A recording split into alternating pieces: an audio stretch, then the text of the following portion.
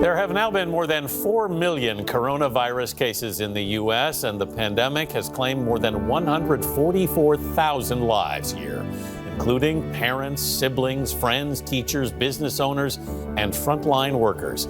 As the country continues to face a surge in new cases, we're sharing the stories of the remarkable people we've lost.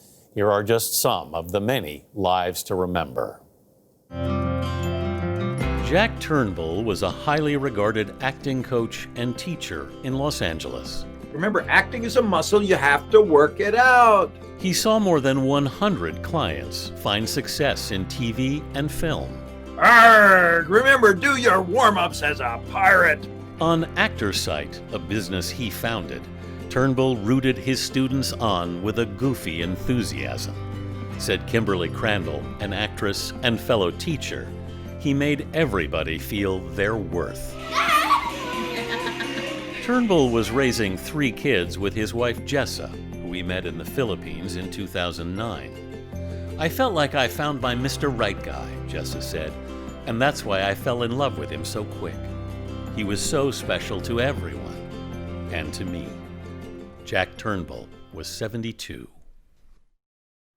Mary J. Wilson was the first African-American senior zookeeper at the Maryland Zoo in Baltimore. She started working at the zoo in 1961 with only a high school diploma and a love for animals. She was just an extraordinarily brave woman, said her daughter Sharon Wilson Jackson, and a no-nonsense lady. Mary would walk through blizzards to get to work, fearlessly face loose animals, even catch escaped monkeys out of midair. She spent her entire career in the zoo's mammal house, caring for the gorillas, elephants, and big cats, before retiring in 1999. Mary J. Wilson was 83. Saul Moreno owned a Mexican restaurant that became a mainstay in Chicago's Rogers Park neighborhood. He remembered every face that came through the door, said his daughter Daisy. He loved his customers as friends. Moreno came to the U.S. from Mexico City at 13 and would later land a job at a seafood restaurant. With his wife, Maria, helping in the kitchen, he opened his own place, Restaurant Quetzala, in 2005, and spent nearly every day cooking and greeting guests. His success would help send all 3 kids to college. The family plans to keep the restaurant open, Daisy said, as a tribute to him. Saul Moreno was 58. Valentina Blackhorse worked as a government administrator for the Navajo Nation and dreamed of leading her people one day as Navajo president. A former pageant queen, she was proud of her Native American heritage. The reservation, which sprawls across 3 southwestern states, was hit hard by the coronavirus, with one of the country's highest infection rates. When Valentina's boyfriend got the virus, she left their daughter Poet at her grandparents' while she cared for him. Then she got sick herself. She gave so much and never asked anything in return, said her sister Vanielle. She was a giver. Valentina Blackhorse was 28.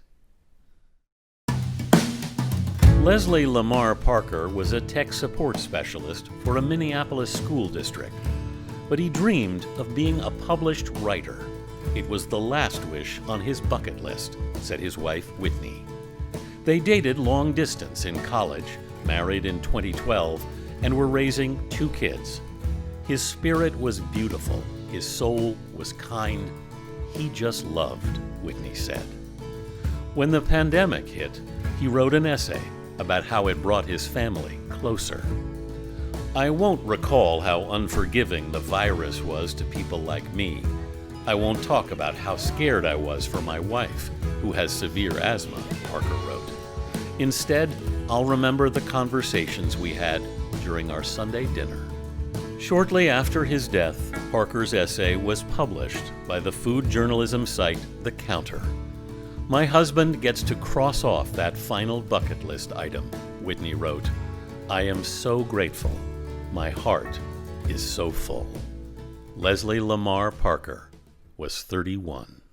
Boy, Anthony, we haven't done one of these pieces in a while. I was really glad that we weren't doing them, but then when you bring them back, it's just another reminder Yes. of how these people are deeply loved and deeply missed. And you look at the ages and the different backgrounds, this virus does not discriminate, and this toll will continue to rise. Yeah. There are real people behind Yeah. all of these numbers that we talk about every day. Yeah, the best way I could describe it, Gayle, is that these are my favorite pieces that I wish we didn't have to do, because I wish we were beyond this Didn't at this do, point. yes. But we're not, and so the best we can do is remember, and no one does it like Anthony Mason. Well, as we've been saying in all this week, that we're gonna have rising numbers through the summer. So unfortunately, we're gonna have to keep telling this story.